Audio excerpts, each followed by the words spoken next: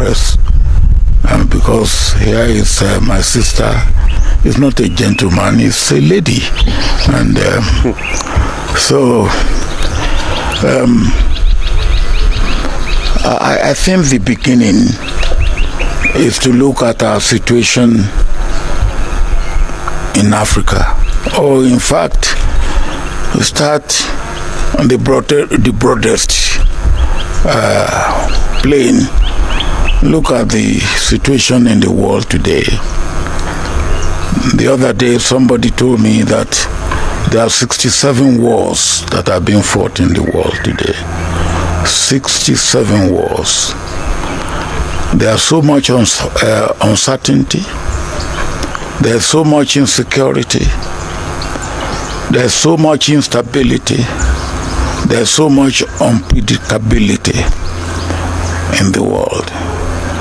And when you bring it nearer home, Africa, in all these, Africa is victimized because we get the wrong end of the stick all the time.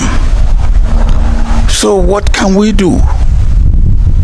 I believe that one instrument that we have in Africa that we can use to our advantage at the community level, at the local level, at the national level, at the continental level, is our continental organization, the AU. And the AU, if it will serve the purpose that is meant to serve, it requires the right person at the right time. And this is a time that we in Africa, and working with the rest of the world, we need to get AU to be what it should be. They are doing what they can do, because AU got me and two, a sister and a brother, to look at the situation of Tigray and the federal government of Ethiopia. But there's a lot more that is wrong with Africa today. My own part of the continent, West Africa, is riddled with government that had not come through constitutional means, is riddled with insecurity, is riddled with poverty, unemployment, and you can say similar thing even for this part of Africa. So if in less than a year there should be a change of button at the AU level, maybe some of us should take it upon ourselves to assist our incumbent leaders to make sure that we look and search and advise. And so part of my visit was really three. One, Brother Raila is a friend of many, many years. What year did we go to Kisumu? Kisumu for the final funeral of Jaramogi. 1995. 1995. And when I came back and went back to Nigeria, I was charged with treason. Treason not only because they say I wanted to topple the government of Nigeria, but also because I came here because I want to topple the government of Kenya, because I went for the funeral rite of the leader of opposition. Now that's as far back as we have been friends, and now have been friends of the family, and particularly of Raila. So consulting, searching, what can we do? And consulting. Second thing is that not too long ago I was here with the President of the Republic, President Ruto, and Raila, and we went to Mombasa. Yes. We went to Mombasa, and the outcome of that exercise was 5 each from the two parties to form a committee, and I understand that committee have done impressive work. Of course, in my part of the world, we believe that when you put yam in fire, you must be able to turn it over so that it's not overburnt, overdone. So I want to see what progress we are making in that line. I will be seeing the president, with whom, of course, I'm also regularly in contact. And the third is what I said earlier on. Now, can we be looking? We need a person, man or woman, who has experience, who understand the situation we are in, who comes from a background that can make a difference. And of course, that consultation means now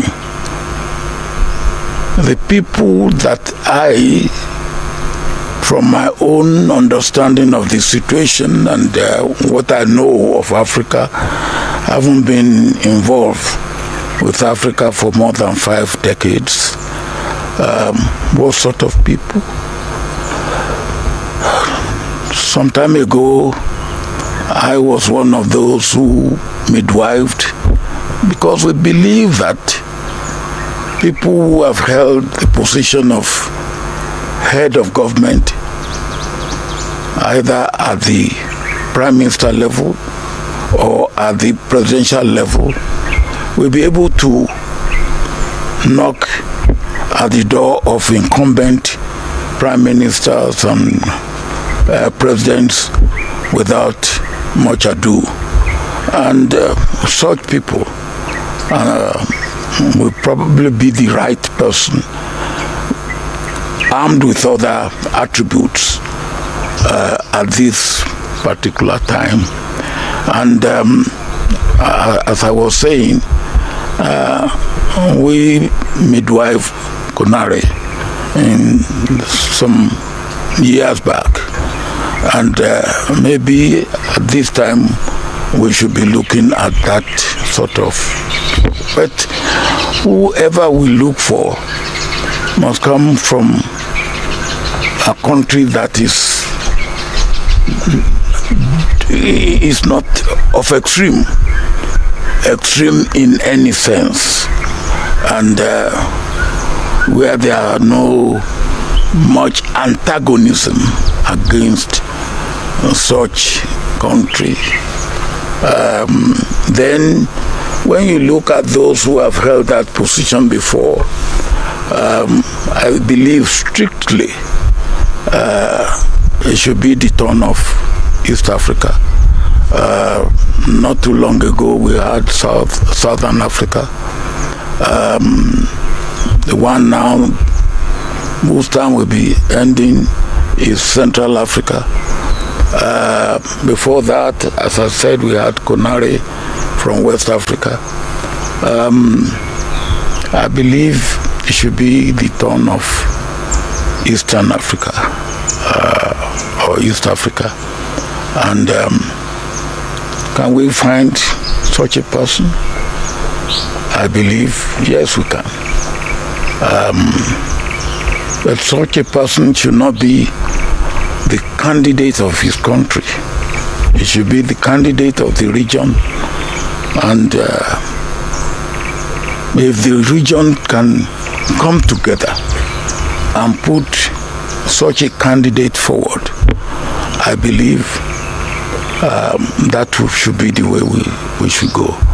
And that's the main point of my visit before I go to attend the AU meeting for the 17th and the 18th. And I have no doubt in my mind that my friend could easily be a viable candidate. But that, of course, is subject to the views, feelings, and, of course, the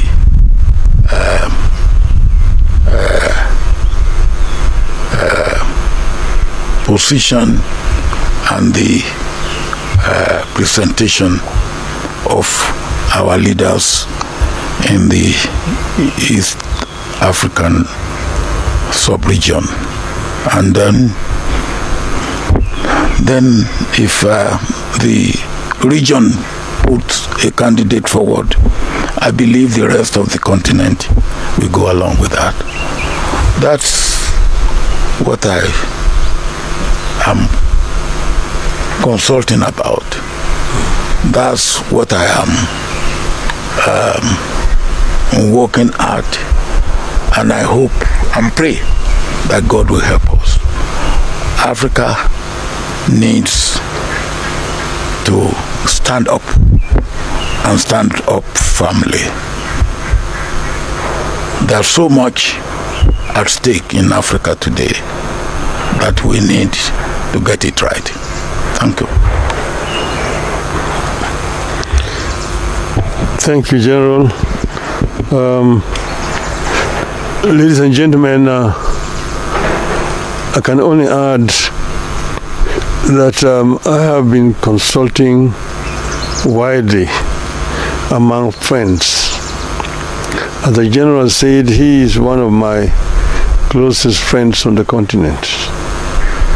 And I intimated to him that if there should be interest, I will myself be keen to serve the continent of Africa.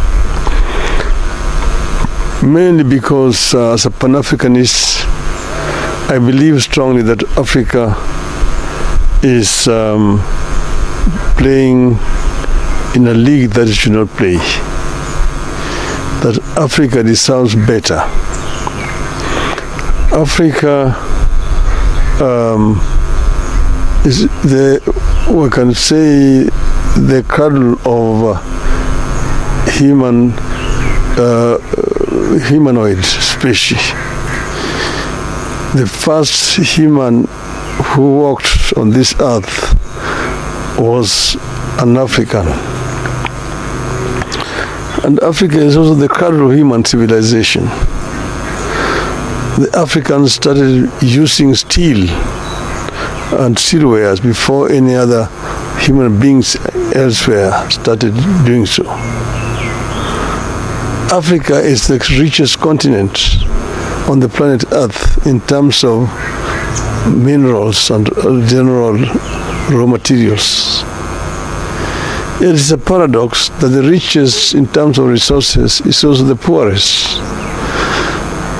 This is something that we need to reverse. And it can only be reversed if we as a continent marshal all our resources for the faster socio-economic growth of our continent. And African economies can complement each other. I have served the AU in the capacity as infrastructure high representative. That position gave me a good advantage to be able to learn about each and every African continent, country, what they have, the comparative advantages, and so on. And I believe that working together with all these countries, we can be able to emancipate Africa. There is right now brain drain out of our continent. It is also actually appalling to see young African people drowning in the Mediterranean in search of greener pastures out of the continent. This is something that can also be reversed. Those are the ones that can get to the Mediterranean. Some perish on the Sahara. Yeah. So before they get to the Mediterranean. But all the same, the fact is that they end up all dying. It's a tragedy that ought to be reversed. And because of all these considerations that I am inclined to accept the challenge, should the leadership of Africa want my services, I am ready and offer myself to be of service to this continent. And I've asked my friend to continue to be a good ambassador and talk to other people elsewhere. I don't want to say much more than that. And therefore today I want to make it public that I'm ready, yes, to go for the chairmanship of the African Union. Thank you.